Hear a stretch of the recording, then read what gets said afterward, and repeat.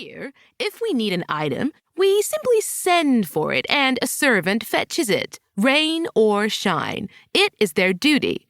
You will adjust in time and see how silly this fretting is."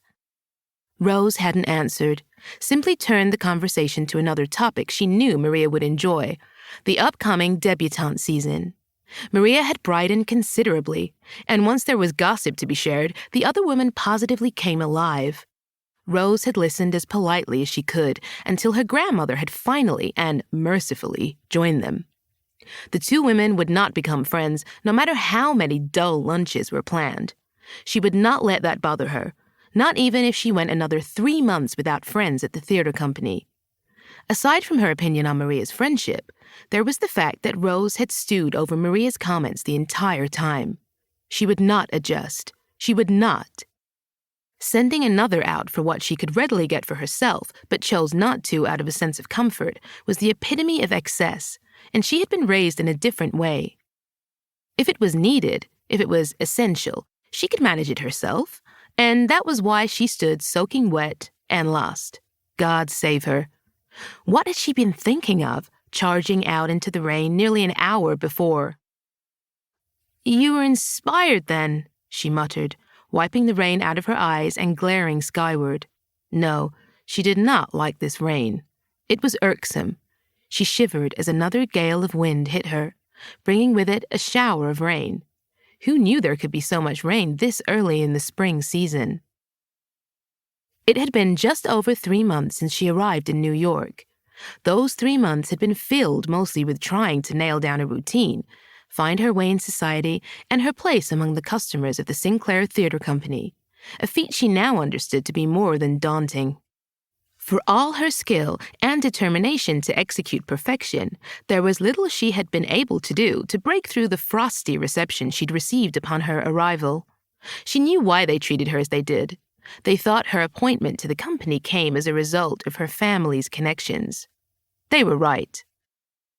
Their name, the Baptiste name, was the currency in which she moved up through the ranks of production hopefuls.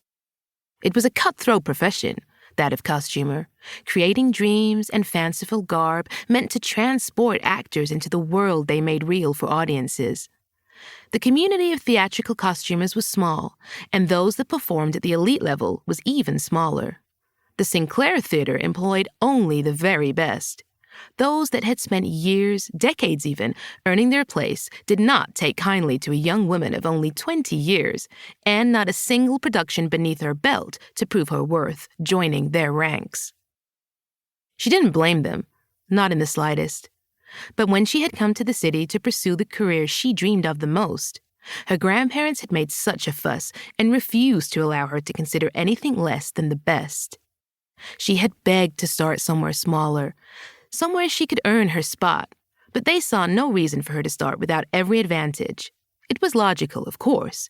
She knew that, but so were the cutting words and bitter demeanor from her fellow production crew that isolated her.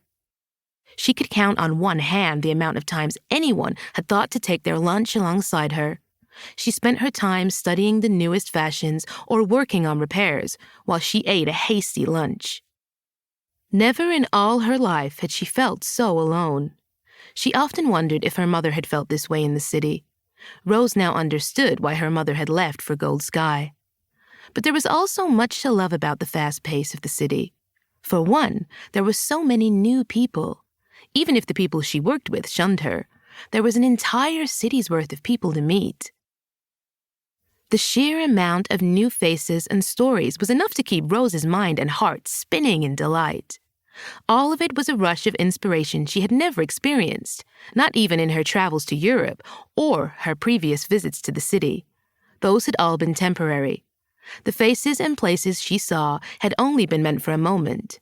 But now, this was permanent. Or at least, it was as permanent for as long as Rose wanted it to be. She had come to New York intent on making a new life for herself as a customer in the world of theater she adored so much. There was no going back to Gold Sky without the career and skills she wished for herself.